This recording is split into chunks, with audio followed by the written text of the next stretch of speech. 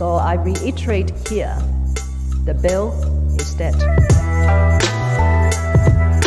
The story of this great city is about the years before this night.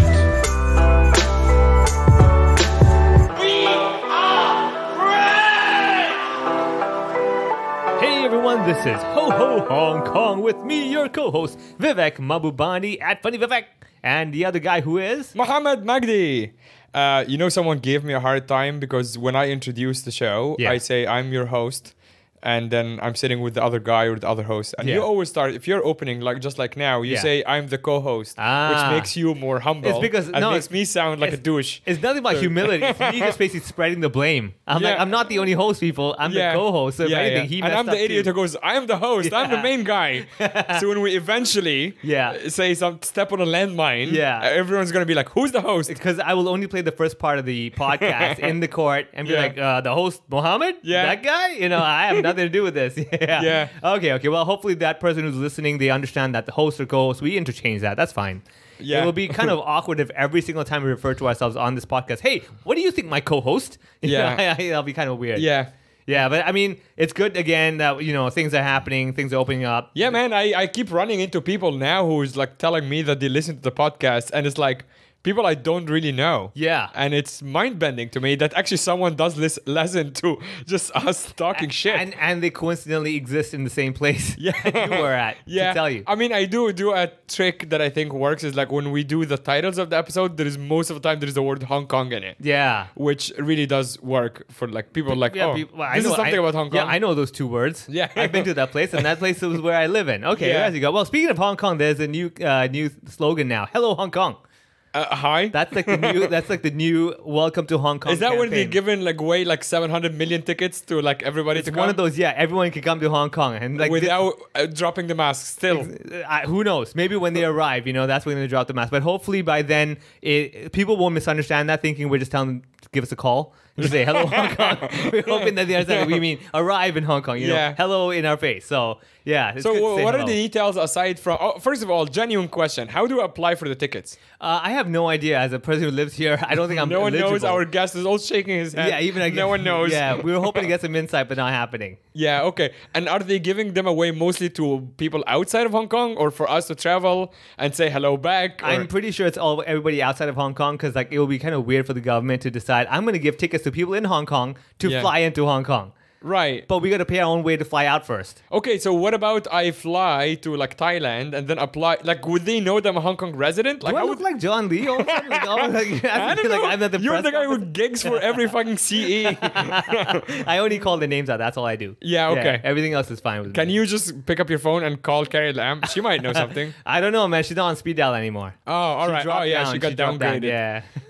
Too bad. Oh, well. Poor Carrie. She was in Singapore recently? Honestly, I have not doing kept track. Book signing or something. I have a girlfriend. I don't watch other women. I do not follow on their lives. Nice try to think to say that your girlfriend listens. She does not listen. You might as well just say you're single. It doesn't affect your relationship status. You know what? A lot of times I used to say I'm single. It didn't help me either. So I don't know what world you're living in. Okay, so things are opening up a lot, which also is a good time to get our guest on because he is. I'll let him introduce himself, but. Nick Willsher, thanks for coming on, man. Thanks for inviting me. So you are in charge, or you create, you can explain yourself, but Hong Kong clubbing. We usually don't start the traditional, what you do, but some people in Hong Kong might not know what it is. So I think it's a fair question to ask first. Yeah, Hong Kong clubbing is a nightlife guide for Hong Kong that I set up in end of 1999. So getting almost 25 years now. Oh my God! Yeah. Did you set it up on like a yellow books kind of thing? Yellow pages? No, it was online. Yeah. And in those days you had to manually edit everything. It was painstaking. It took a lot of work. And I had a full-time job at the time. I just got back to Hong Kong because I'm actually born in Hong Kong. So I just come back and I realized it was difficult to find out about what was actually going on in Hong Kong. So I just went okay, and also the parties that were happening, they're expensive. Did you start this because you found out you were not getting invited to certain parties? You're like, I need to know all of them. Yeah. You need to tell me every single party that exists, not for me, for the website, and I must inspect them as well to review them. Now, well, yeah, I didn't get invited to anything. You were the guy was not like picked by any teams. You just started your own team. Yeah. That is so smart. And he's the one who outlasted all the other teams. Exactly. All the other teams gave up. They're like, the website doesn't work, or we have no parties. You're like, I'm still going, people. Yeah, for some mad reason. I mean, I just put all my time into just doing this, and I had my free time, and so I had lots of jobs over the years. And in the end, the last full-time job I had, my boss just goes, look, he knew about it, and he goes, look, just go do this full-time, which was nice. Is it because your boss wanted to go clubbing? You were like, I need to focus on this. Just remember me when I need a guest list access. Yeah. Remember, I let you fly. Did you know how to build websites when you started the thing? No, nothing. What's your background? Hotels. I used to work in hotels. Oh, wow. When I came back to Hong Kong. So I'd finish a shift at like 1 a.m., then go to a late night DJ event, then go back home 6 a.m., get ready, and then go back to work again. Yeah. Oh my God. Wait. So what department in the hotel were you the concierge? Were you the reception? Reception. Damn. Like so you're exhausted. You're like, what? Sure, I'll upgrade you. I don't care. Yeah, exactly. Just take another breakfast. Like, yeah. You know what? Like, maybe you can share also your experience with that, because I feel like these are such simple things that they can just give us. Like, another breakfast voucher is nothing for the hotel. Can I just have another breakfast voucher for my guest? Like, well, I mean, why is it such a was, big deal? I was junior, so I the only thing I could give people is maybe extend their room till 3-4 p.m. Right, late checkout. Yeah, a little bit. We only had a couple of hours extra that we could play with, depending on the guest. Yeah. But yeah, is it depending how attractive they are, or just luck the just if they were nice, really. Right. Yeah. If they really asked in a nice way, then we it just really depends if they treat us can you well. tell us what hotel you're working for? We'll have to like Google online. I mean, what does it rhyme with? Oh no, yeah, it was Mandarin Oriental. Oh wow, okay, damn, that's pretty good. I imagine that's like more strict than like the Ibis or whatever. Probably. I did before I came back to Hong Kong. I did work for some other hotels. Yeah, and they were like very low star. And it was completely different. But yeah, I mean, like I bet you with the Ibis hotel, when you like ask for a late check, they're like, just check out whenever. Yeah. We're not going to clean the room anyway. We didn't actually know you're in here. Yeah, exactly. You thought the room was clean before you came. Like, we don't clean the room. Yeah. We just leave if the new guest walks in, that's your problem. Yeah, just pat the bellow down, just fold the sheets and leave whenever. Yeah, okay. So hotels and everything, you were the junior staff, you were doing your thing, but you were partying at night. Yeah. And you kind of got frustrated generally with how it was disorganized, I would say. I just couldn't find much information, and also it was expensive. So I was just trying to get the information online so that other people could find out about stuff. And I was doing crazy things like going to Lan Kwai Fong. They used to have a lot of, well, they still do. They had fly postering. And I was peeling them off, the posters. Yeah. Then taking them home, scanning them, and then putting them on the internet, because I didn't know how to find the organizer, Right. And there was no cameras on the phones at the time, which is why you're scanning them. So I used to peel them off the wall on Wellington Street, right, and then stick them in the scanner and put them on the internet. God. And just so people could find out about these parties. Because the other places where you could find them, there was a couple of publications, but not much. There was like BC Magazine. So I remember that. So I used to write the nightlife section of that. But yeah, I stopped because the editor was editing it and not saying great things about some people. and it still has your name on it. No, my name was DJ Anonymous. Oh, that's your name. Okay, nice. But just for that. But then people found out who it was me. Then I went, right, I'm not doing this. How did they find out? They just dug around. We live in a village. We were just saying earlier. Yeah. Hong Kong's small. So people found out. So I was like, I'm not doing that anymore. But yeah, there was a couple of publications. There was some of the kebab places had a little bit of flyers in the fly post, but there wasn't much. Okay. So and that's still like early 2000s or whatever. Yeah. Okay. Early 2000s. I came here 2019. I was very familiar with it because I was living in Shanghai and I would come down to do shows. But like obviously Vivek grew up here, so I'm also fascinated by like the early 2000s like era, like like past handover. So you studied hospitality? Yes. Back in the UK? In England, yeah. Yeah, okay. But you're born here? Yeah. What does your family do here? Like your parents? Oh, my father was in the army. That's why I was born here. Ah, okay. So yeah, then I moved. Then I went back to England and did all my studies there. Yeah. And went to boarding school while he was moving around England and Hong Kong. Yeah. Yeah, and then came back after university straight away. So let me ask you this: like, did your family was a party people? Right? That was going to be my question. Right? Yeah. Like, where does the party where the party, come from? yeah. No, not at all. It was the opposite, right? They probably suppressed totally everything. I was sent. I went to boarding school when I was about 7. So I was at boarding school. Then I went to university. Then I came back. So we weren't at home much. But yeah, they were pretty chilled, I would say. Yeah. Were they more like proper? Like your dad being in the army and everything, was he the stricter type where it's like, all right, son, you will play only this jazz track and the third track in that tape. That's it, you know. Yeah, I mean, yeah, I would say he probably was, yeah. So that's probably what it is. Like, you probably hit that point in your life. You're like, I'm going to do everything opposite to what my family has been doing for the last few generations. And when you heard the, you were like, oh, this is it. This will drive them nuts. I got to get into this. Okay. Yeah. I just that was the thing when I was at school. I think when I was about 8. I just started hearing dance music, and everybody else had posters of Guns N' Roses and Shania Twain and stuff. Yeah. And there's me like getting DJ magazines and putting all the posters on the wall, and everyone's going, "What's this?" Yeah. And I'm going, "This is much better. I like this." But how, like, if you think about it, like, what do you think? Did you just want to be different as a kid? Like, what actually got you into? I just loved dance music, really, and just wanted to know everything, read everything. Like when we'd have a school party, I would get involved in actually, you know, I wasn't DJing, but I would try and, you know, set everything up. Yeah. Just passion, really. Just love of it. And it never seemed like it was work, even though it took up all my time. What about your neighbors? Did they hate that you like dance music? I can imagine, like, turn it out. You know, and he's like, oh, cool, I can add that to the beat. Yeah. Good. And I'd always headphones. I would never have house parties. No, never have a party at your home. Yeah. Always go and disturb people elsewhere. Right? Yeah, no cleanup afterwards. Yeah, exactly. You have never do that at all. Okay, so when was the first time you went to a party with the title of HKClubbing?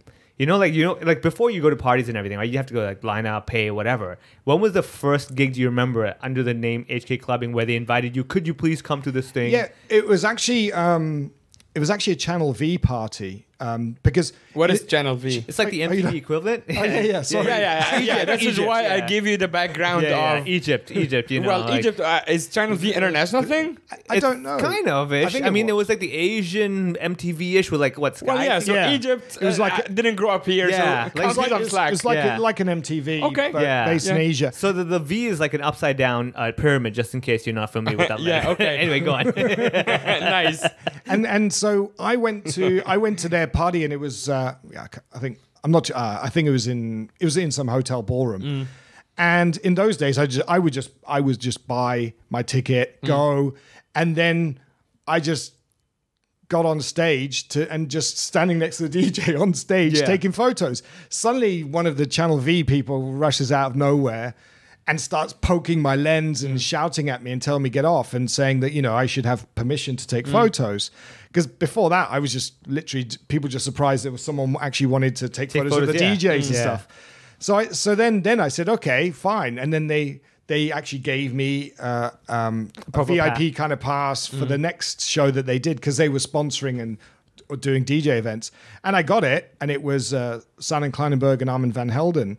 And yeah, it was weird. I was just walking around with this little pass and going, look at me, and then go in the VIP room and, okay, this is boring, and then go back out again. That's amazing, though. Dude, it was funny. And then I could go on stage, no problem. Yeah. Isn't there such a fun. power trip when you can pull that velvet rope aside and walk through it yourself? Yeah. You know, that's like, you're just walking like, I'm going to go there now. And just like pull it aside and be like, oh, okay. And this all sucks. the other civilians are just like yeah, exactly. terrified of the bouncers. The best feeling I get when I have these kinds of gigs where I'm like the staff or VF or Yeah. whatever is going through a crowd of people, being, excuse me, Yeah. going to the velvet rope, pulling it away, walking through it and pulling And it then back and be pulling like, back. yeah, you don't pass this line, bitches. I did do that maybe about 5 years ago.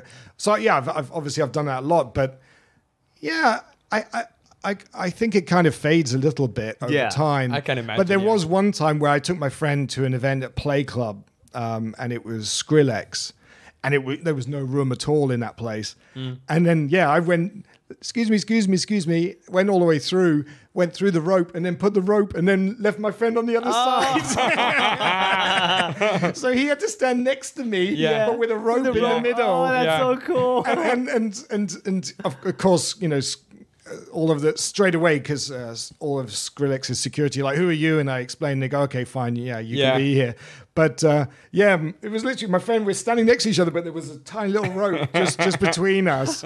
And of course, I felt better than him. Yeah, of course. Yeah. I mean, at the moment, you're like, well, you should have been my employee, but you're not. Let me load the website. Your face is not on it, so I guess not. You know? Did you get to make going back a little bit, when did it start taking off?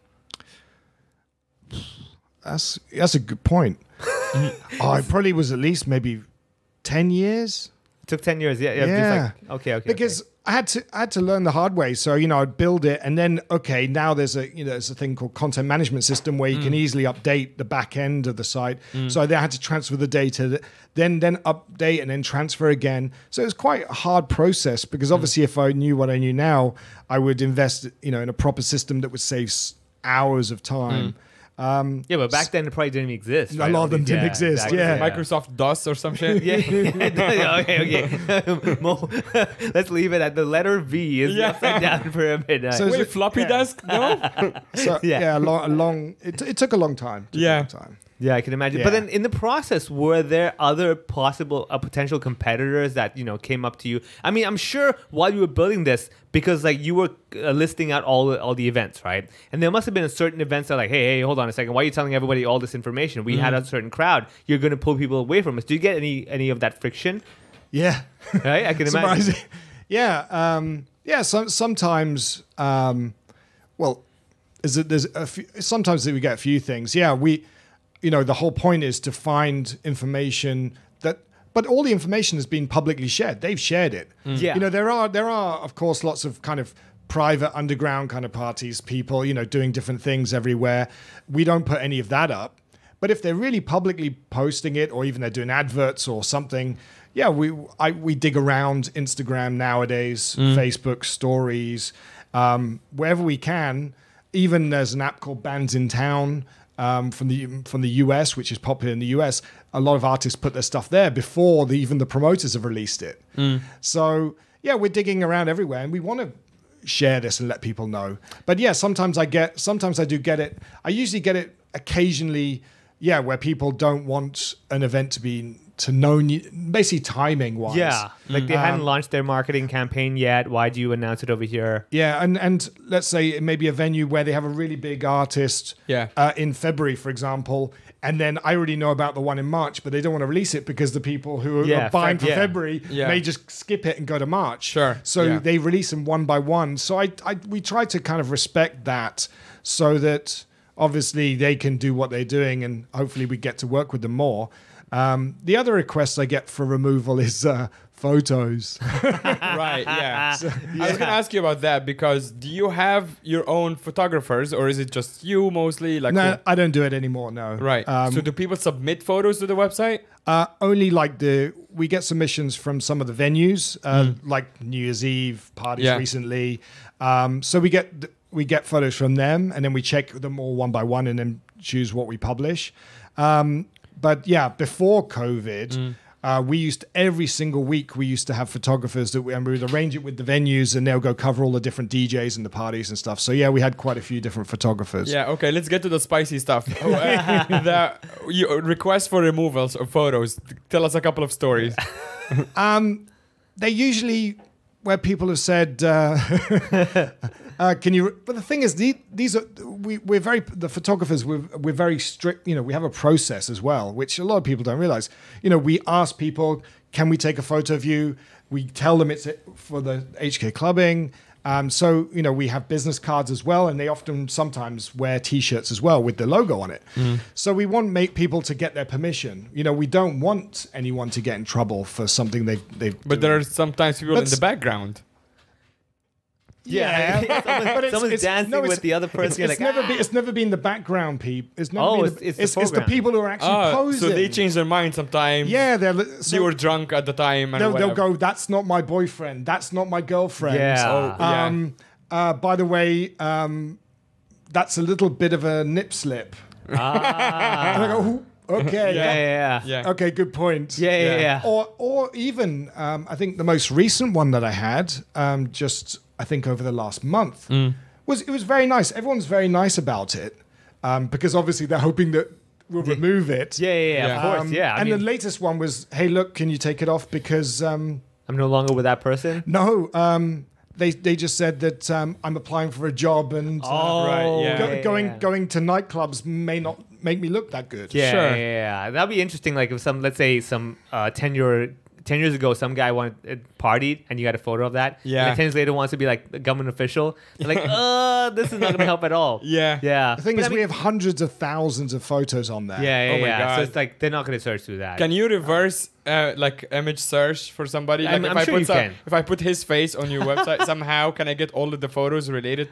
It's kind of like the Google search, like, you know. the reverser. Yeah. I mean, the good thing is that I've never you never had that way. Yeah. I mean, good thing is like I have not partied that I'm confident there's no photos of me. Maybe there'll be photos of me when we search for you. Yeah. Because mixing your face for mine. Exactly. Yeah. I think your face would only be there if it was like for some F&B exactly. event where you're on the stage. Or Yeah. I don't think we've never done any photos of any comedy shows. Yeah. I'm pretty sure none of that. Because that's quite. It's just someone standing there with a mic. There's nothing to show, right? Yeah. Exactly. Photos are not that interesting. I agree. Yeah. I mean, like, and also the thing with comedy shows is there's so much stuff that you need the context for. Oh, there's an audience. They're enjoying what this person standing there posing is saying right now. With the DJs, like, that just looks good. Yeah. That just looks awesome. The lights, everything, the wide angle shot. I love the wide angle shots where you've got like the back shot with the DJ and all that stuff, and everyone's like going crazy with that. I'm like, yeah, can you imagine a comedy show? Just people like staring, and like, huh? No, and comedians going home. Yeah, I don't like most of the time. I don't like those photos coming from out of a comedy show. It's just so disconnected from what it was. Yeah. If you're killing on stage, and there's a photo of just you talking to a microphone, you might as well be a psycho. They're like, what was this guy doing? It doesn't show anything. Okay, so I'm curious about this though, because like a lot of people think, oh, you know, you're on stage really cool. Now with comedy, you don't have the same powers as a guitarist, a drummer, and clearly not a DJ. Yeah. So reverse it. Are there a lot of like, from your experience, how many DJs are this super exert? So what's the word? What's the outgoing personality? Forget whatever. The I can't remember. Extrovert. I was like exertive. I'm like, what's the word? Yeah, extrovert. Yeah. How many DJs are like the extrovert styles versus like the ones who like they'll finish the set, thank you, have a good night, and just like sit alone in the corner? Are you talking about like generally like the ones you've seen overall? Because I've always been curious because the more I do comedy, the more I'm realizing that a lot of comedians are introverts until they like you, and they're like crazy extroverts. You know, there's that extreme. Yeah. You know, reverse with DJs, because like it's a different kind of vibe where you're not just expressing yourself, using the music to express it. So you kind of have to have this personality that you're going through a system to send out through the speakers, versus us just like yelling on stage. So how many DJs in general? Because I know a few DJs, but like more like a casual basis, but not like I want to see them do their stuff. And when they finish their set, do they just like shut off? And just leave me alone. I want to be alone for 5-10 minutes. Or do they like, all right, let's continue the party. Let's have a drink, guys. So I guess there's some that literally go, right, okay, done. I'll hang around for 10-20 minutes and then we get going. The main reason, the main thing that I've seen change is that a lot less are drinking because they're touring and it just takes too much out of it. So they party, I would say party a lot less and drinking a lot less. It's more like, you know, it's a job. So they go on stage. Even Hong Kong DJs I work with are drinking more, like more sparkling water. I think in general though, like in the entertainment, I would say across the board, like as opposed to 20, 30 years ago, there's just a lot more sobriety now. Yeah. Right? Yeah. Because like the reason I asked is because till today, especially in Hong Kong, you must have a lot of people who still have that, I wouldn't say misconception, but the image of like, oh, DJs, oh, these guys just, partying all the time, they're not serious. But I mean, someone who's in the craft of performing, you would know there's a lot of effort put into it. Like people take it seriously. The DJ doesn't come down like half awake, like, all right, I'll press 2 buttons and have a good time. How much of that image do you feel has changed with like clubbing and stuff? Like you said, they want to have a job interview. Clubbing is not the best thing. Yeah. It still has that very like, negative-ish image. Like no one's going to say, oh, there's a picture of me at a comedy show. Take it off. I can't be seen laughing. Right. You know? Yeah. I mean, there still is that kind of, where people look at it as maybe not a good renegade behavior of sorts. Yeah. But there's a whole side. I mean, I've been involved in this industry. It's always been about the music, and that was my passion. But I do see a shift with the DJs. They want to get fit. They want to go to the gym. Yeah. They want to be more healthy and drink less. And just really be good at it, and hopefully have some time to maybe produce music. So there has been that quite a big shift, I would say. Okay, so now we know it's less partying and going crazy. Of course, they'll do it once in a while. Yeah, I mean, maybe on their day off or something like that. But I do see quite a bit of shift, especially with the internationals. When I started booking international artists in Hong Kong, we would go out drinking, and often we'd go down Wan Chai, go to some of the bars or live band shows and things like that. Until like 6, 7 a.m. And then the next day, I'll be banging on their door. Come on, you got to get up. You got to get your flight. And I've done some tours as well where I've like been banging on the door because we went out too late. But a lot less now. Yeah. Well, Vivek and I are both also comedy promoters. And when did you start making the shift, or when did you realize that, there is a lot bigger market, like I can start promoting shows? Well, first of all with the site, and then from that, then people started asking me to market their events. And then a friend of mine said, hey, why don't we set up a business together? Let's do something together, and let's get a proper office and maybe get people. And so he pushed me to actually leave my home, get out of my home, and actually set something up. So I had the site business, but also we did a separate industry doing events. Yeah. And then we just started putting together. Started small, and then it just kind of evolved from there. Really, there was more and more opportunity. People saw. I would find doing events is such a great promotional tool than anything else. It obviously promotes the site and as well as promoting who we are. It's a real showcase as well, which a lot of people don't realize. All the little elements that you add to them. And then we got asked to come over to Macau, and we created the Venetian pool parties. Then those stopped, and then we were asked to come over to City of Dreams to do their pool parties. Then in Hong Kong, we were asked to do the W Hotel pool parties. And besides that, we also did a lot of DJ bookings, and we did a couple little small concerts. Did you get pushed back from like old school Hong Kong when you started promoting your own stuff as just like the new kid on the block? No. Like who was promoting show? I don't really know much. Who was promoting like DJs? Like if you're touring, I don't know, Armin van Buuren, is it like Live Nation or is it someone smaller? Yeah, in those when I was going to visit the parties. Also, it really shows my age as like the name that I went for is Armin van Buuren because I think that's where my name stopped. I think Tiesto, Armin van Buuren, David Guetta, and then that's it. That's it. There were a few. There were only about 3 or 4 promoters when I started this, and they've all now stopped. Obviously, it's been a long time ago. And then now it's more obviously Live Nation, but there's still not that many people. If you're talking about doing international DJs coming to Hong Kong, I would say there's about 5 to 10 people doing it, or companies or organizations or groups. About 5 to 10, not too many. Okay, switching gears a little bit. and I'll make a statement that you might disagree with, but I'm just a random citizen, okay? I'm not really involved in the nightlife industry. I believe, as a Hong Kong resident, that Hong Kong night clubbing scene sucks. I really don't like it.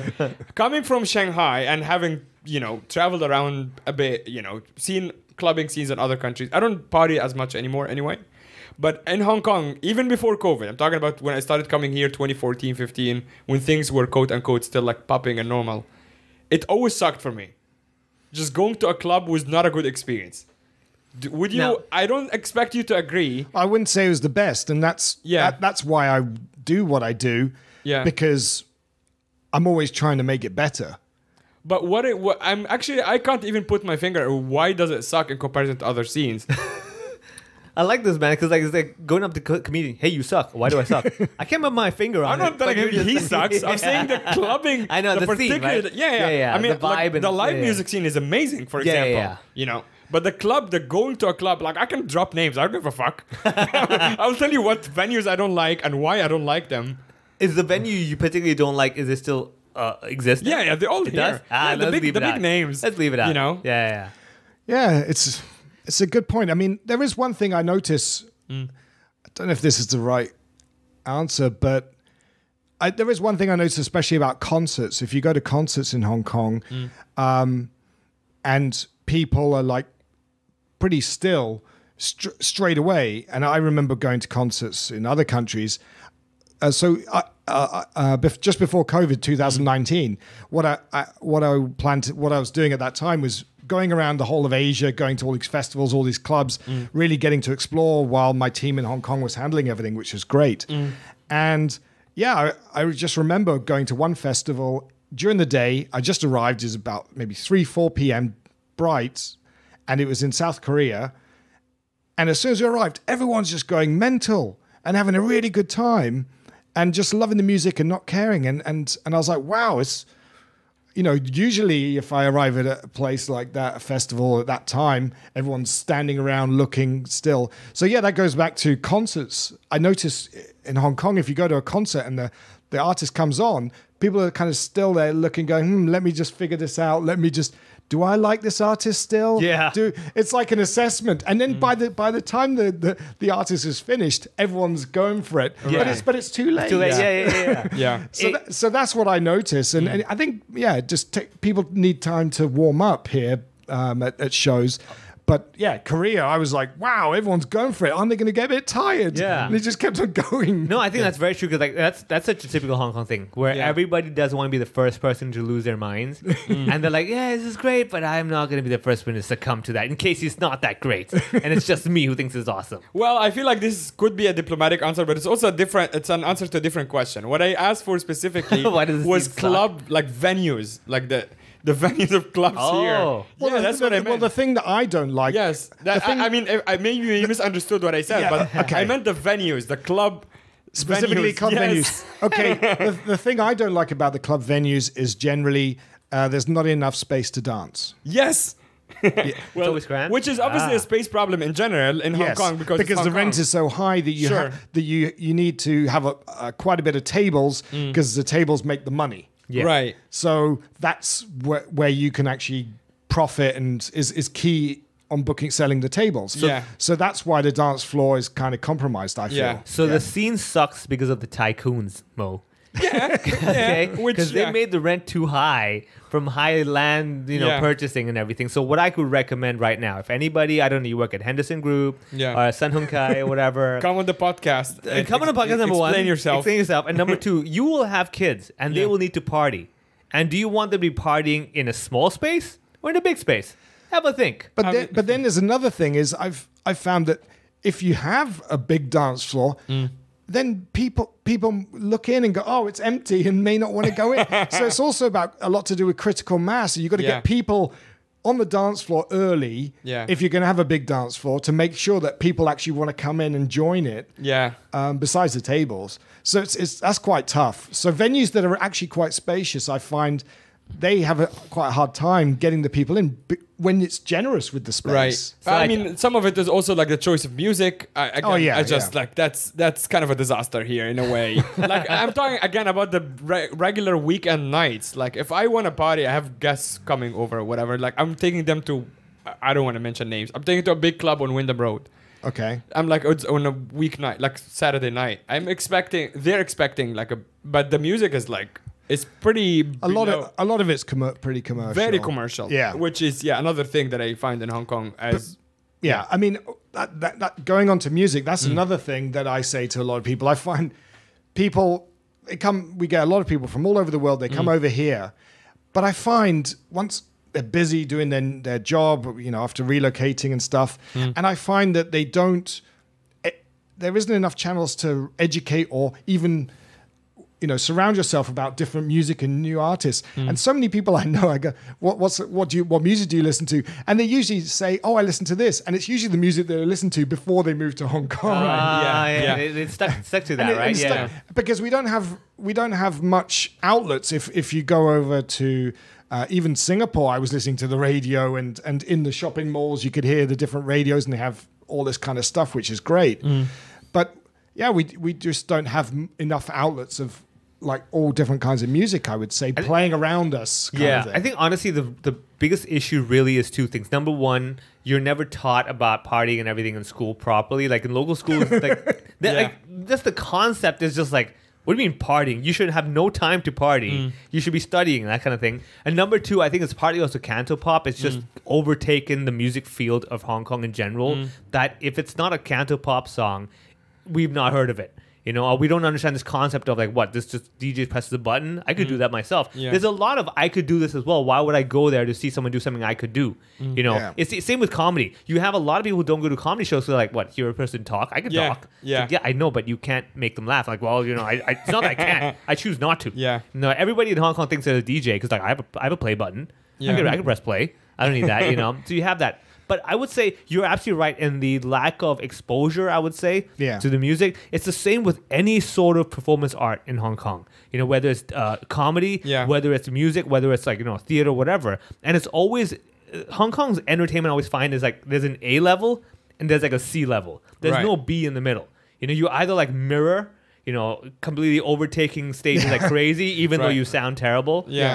Or you're like basically C, which is like you're actually genuine musicians, but I'll do the lounge over here. Maybe I'll get that one big show over there, but not enough to be like on the newspaper 24/7 kind of a thing. And a lot of people don't realize that in the middle, that's where the good stuff is. Not everybody needs to be Michael Jackson to be great, but we're not expecting someone who's just going to sit in a corner and just like, sing the song that their mom said they sound good with. Right? So that really is the issue. And that's something I've always had a problem with in Hong Kong, is that it's so practical here that everybody's like, so why am I listening to the songs? Like, because it sounds good. Like, well, what am I going to get out of it? It's like, well, you're going to enjoy it. Well, this is, I had one of my team, I was like, he actually said, we were talking about music and about bookings, artists and stuff. And he goes, I don't want to waste my time if it's music I don't like. I said, how are you going to like it? And he goes, well, then I just don't listen to it. Exactly. Exactly. Such a practical. And I was like, what? And yeah, I was just surprised. And this is another thing is there's quite a few events coming up, and I've been talking to my friends about the lineup, and they go, I don't recognize any of the names on the lineup. And I said, well, that's the whole point. They're up and coming artists, or they'll be big in a few years, or just different stuff. I said, you got to go online, go on YouTube, check all the names, and then make a little list. That's what I do every year for all the different events happening in Hong Kong. And I go, yeah, I want to go to that, I want to go that, I want to go that. Yeah. And they go, no, it's too much work. Yeah. So now I always send my list to them. Yeah. So it's curated. And go, this is what you should see. Absolutely. This year and stuff. This is exactly what I say. Like, you need someone that they kind of think knows what they're doing to create a list, and then they'll trust your list and listen to it. It could have been the exact same list as a lineup that they weren't going to go for. But they get it from a trusted source, and they feel like they save time as well. So this is the thing. In Hong Kong, there's such a big sunk cost. Like for this 1 hour I spent listening to your music, I could have been in the cinema. I could have been, watching a TV show. I could have been arguing with my wife, whatever I need to do. But the point is, I wasted this hour doing your thing. It better be better than all these other ones. You get my point? And that's honestly, because like that's something I've always had my whole life as well, where I'm like, so like Mo knows I'm not a big like hiking guy, right? Because I am not. You're not. Okay, there you go. So yeah, again, this is a born in Hong Kong issue. Yeah. Right? Because like you're thinking, okay, so I'm going to take 1 hour to walk up there. There's a bus. There's a taxi. Your argument is already ridiculous because that's a very popular activity in Hong Kong. So don't blame Hong Kongers on that. There are 76 million Your people in Hong argument is Kong. dumb. Maybe at best 700,000 walk up that slope. That's not true. Go to like Dragon's Bag on a weekend. Yeah. It's half of Hong Kong is there. Well, that's it. actual 3 million people are on Dragon's My Bag. girlfriend loves hiking. Every weekend, come There you hiking. go. I say no every single week. Yeah. The same thing. I say no, I'm not going. And just before I came here, where were we? Yeah. For Hiking? 2 hours in a hiking shop and buying hiking stuff. Right. Yeah. Just before I came here. So yeah, I wouldn't mind going hiking, Right. but I don't want to see anybody. Right. Yeah. Yeah. That's my point. I go, Yeah. can we go somewhere where there's nobody? Because then Yeah. that would be fine. No. And Yeah. she sends me some photos sometimes. It's like a queue. Yeah. Like going up I agree. an escalator. I agree. That's ridiculous. Exactly. Yeah. I mean, that's what I mean. When I see that, I'm just like, what was the point of that? No, but we need to hike this hill. I'm like, why? Yeah. Why are you lining up to go Working hiking? out? It's like when I see there's a line outside Chanel, I'm like, what is going on? Right. Are you lining up to give them your big amounts of money? They're like, yeah. I was like, how is this okay? That's silly. Yeah. Yeah, this is not the point. All right, okay, so I think that, honestly, I think that is the issue in Hong Kong that's recurring all the time. Hopefully soon enough we'll break because like we're getting exposure to, let's say, Netflix, the internet, YouTube, and stuff like that. So hopefully more and more people will be exposed to it. However, the problem is that stigma, that idea of clubbing, clubbing, you can't be anybody good from that.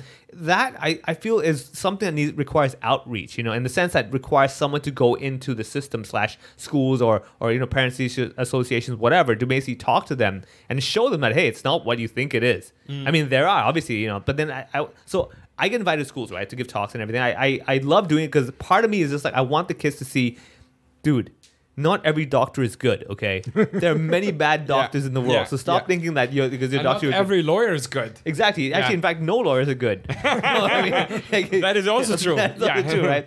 So, but I'm saying, like, has there been any organizations or anything reaching out to like HKClubbing, maybe in the clubbing scene in general, saying, hey, you know what, we really want to integrate this into life and show the healthier side of it, since kids are going to party anyway, we want to show them the healthier side, No. I mean, case closed. We're done. I mean, thinking about it, like, is there a healthy way? Like, healthy way side of clubbing sounds kind of. No, it's like going to a concert and enjoying the music. That's like different. See, like, why is it okay for people to go to classical music, go sit there, close their eyes, and embrace the music, right? Versus the guy who's just like at a party, just going like, I'm in a great time. Well, there's alcohol. Yes.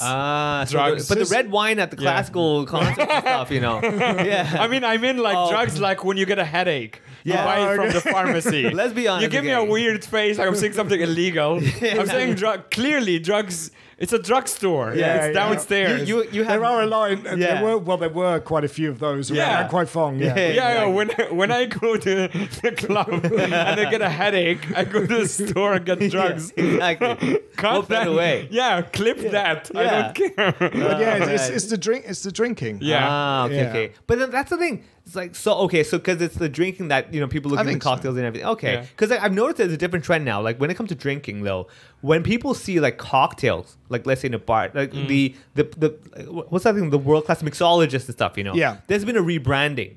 Mixologists. Oh, there's a lot of bars and with mixology. It's so wanky. I'm sorry. Yeah. Like, come on. I'm lead mixologist. Like, all right. I just went to there's getting awards and Yeah, I understand the awards, quite a lot but of like the crazy titles, like over the top title, like I get that like you're the best at something, that's fine. But you don't have to be like professor at Just be the best at being a bartender. Doctorate in tequila. Yeah. So, but what I find though, that seems to work because now people are finding it more respectful because again. it's to the benefit of the alcohol companies. So you'll see, like, for example, World Class, they'll have their competitions for bartender competitions worldwide. And it's been done in such a nice, elegant way where they're like, oh, drink responsibility. We're telling you how to enjoy it. And it's been curated. The whole brand has been curated. I'm curious, why is this when it comes to clubbing? There's none of this kind of like, let's curate the wordings, let's kind of fix it and put it together where the whole image gets cleaned up. I mean, I would have thought like Lan Kwai Fong, LKF group would have wanted to do something like that, just to clean up the whole image, but none of that. Well, I mean, bars and restaurants have really been exploring, these mixologists and cocktails, so that has grown quite a lot, actually. And it's got to a point where a lot of people actually now, you'll go to a restaurant, and you'll have your dinner there, and then at about 11 p.m. they'll adjust the lighting. There used to be one place that you had to leave at 11 and come back about half an hour later, and they would change the tablecloths. Everything would be transformed. Sure. So then some restaurants would then kind of like turn into a club in a way. And yeah, you could still have your cocktails and you could have all your nice drinks and everything, and you had a DJ and stuff. So there is a lot more places that are kind of restaurant / bar / club kind of thing. So that has evolved, but the real like solid nightclubs generally, it takes time to make a cocktail. So a lot of them don't do that. They don't bother. They'll do the bottles. They'll do the mixers and the bottles of beer, not even draft, because it's about speed and True, yeah. And Get the drink and get lost. Yeah. A couple of questions to wrap up here. This is an easy one. Okay. What is the orgy scene like in Hong Kong? I have absolutely no idea. Is it not on the... Mo, we don't ask personal questions on the show. This is not personal. This is very professional. I really have no idea. I would think nightlife related. Nobody's ever in the 25 years. No one's ever mentioned anything about that to me. No, that's the other website. Which, this is which actually is quite Yeah. This is I would imagine, like, obviously without any specific, I would imagine you would at least have a story, like someone reached out, be like, yo, do you want to promote this? They call it play party or whatever, right? No, not in Hong Kong. No. Huh. Yeah. All right. That's a good point. That's a new website, HKLubbing.com. That's a different one. Well, actually, I did. I don't know if I haven't checked recently, but I always wanted to get HK Nightlife. But that was always seemed like a porny. Yeah, a little bit. Yeah. Like kind of like escort. Right. Yeah. So what is it again? Just for just for research purposes. Well, it was HK Nightlife, but I don't know what it is now. I haven't checked in years. But I thought that would be. Now it's only DB Nightlife. Or just DB. That pretty much covers the whole thing already. Are you familiar with LKF Meltdown? Do you know what it is? Isn't the Instagram channel? Yeah. It's pretty popular. Yeah. And I am personally love it. I posted on this show a few times. I have no affiliation with them. I don't know who runs it. I haven't looked in it in a while. I've seen it before. It's fun, but you understand the concept. It's like drunk kids on Lan Kwai Fong throwing up or fighting with taxi driver. People sleeping in random places. I am a big fan of any train wreck that I'm not involved in. But my question, I brought it up to ask you if you think it affects the image that HKClubbing represents. Something like that being popular. Well, obviously it affects anyone's perception of nightlife. Obviously it happens every single week. Every single week.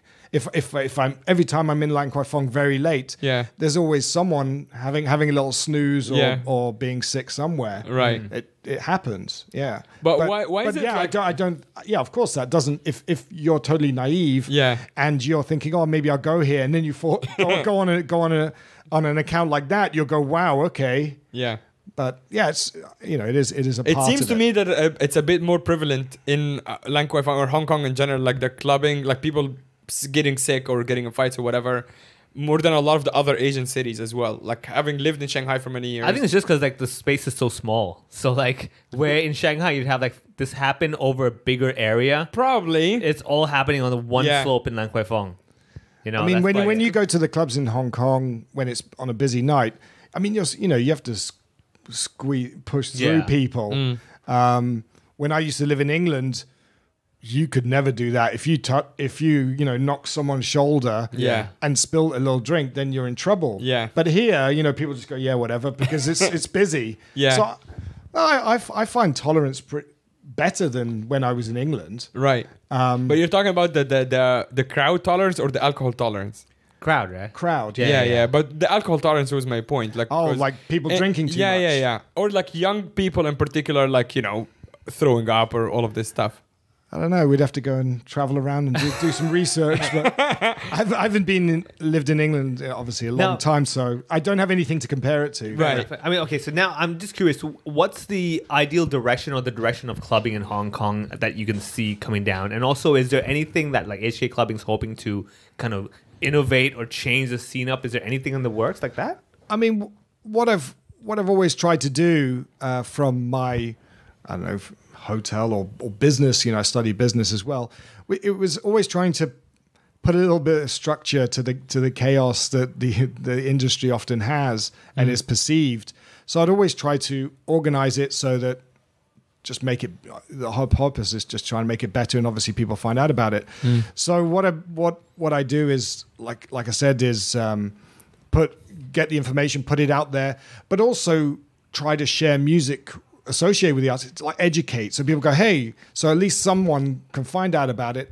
And we do get this a lot. We get people saying, if you hadn't put this out, then we would have never known about this happening in Hong Kong, which is really great to hear. Not just tourists, but people in Hong Kong as well. So it's just really just making sure that we can reach as many people as we can with the people who really are interested in especially the events or just the music. And that's the main thing, just more reach. Obviously, throughout the years I've had to redo the site, so I want to revamp it, make it more modern. People saying it's looking a little bit chaotic because sites nowadays, everyone wants it very simple and minimal. But if I did that, then people wouldn't find it. A lot of the stuff would be hidden. Yeah, it'd be hidden. So it's that balance which I'm trying to work out right now to redo it. And then just obviously bring over artists that I think people will actually enjoy seeing in Hong Kong and Macau as well, hopefully, even China. And just give people that experience. The great thing about doing all of this over all these years is there's been a lot of people who have met their husbands, wives, just because of the events and what we've done. That's really cool. And even my goddaughter is an outcome of the couple met at one of my events. That's amazing. That is crazy. So that's the nice thing about doing this. It's always about my slogan was always about. My company, Entertaining Asia, was always about bringing people together. Right. Obviously, over the last 3 years, that's kind of goes against. Yeah. Yeah, I think you might get in trouble with the government that says don't gather. Yeah. You're bringing people together. Now it's like together we're bringing people. Hello, Hong Kong. So now I can publish my slogan back on my site again. Right. Did you actually hide it? Okay, now we can. No, I didn't. But now, bring and just do more opportunities to bring the people who want that experience and obviously meet other people together. And that's really it. How do you have anything coming up? Just lots of planning. No, nothing concrete yet. Yeah, but I'm just seeing how the market is at the moment and what everyone else is doing. Yeah, but you're planning to bring international artists. Yes, is like the plan. Since like travel restrictions are exactly lifted. Yeah. And how do people find you online? Like, just tell us where. Just go to HKClubbing.com. Yeah. HKClubbing.com. And the company itself? Entertaining Asia. Is that a separate website? Yes. EntertainingAsia.com. And what is the difference? Well, Entertaining Asia, what we do is obviously we run HKClubbing.com, but also what we do is we book artists, we do our own events, we provide entertainment for different restaurants, bars, clubs, hotels, and also do marketing. So for other event organizers, which is no conflict at all, we'll work with them doing their marketing or even ticketing or just really using what experience we've got to get the message out and reach the people that they want to reach. Very cool, Nick. Thank you so much for coming on, man. Thank you for inviting me. We appreciate your time. Check out HK Clubbing. And Entertaining Asia. And Entertaining Asia. Just remember, it's the present tense ones, not the entertained Asia.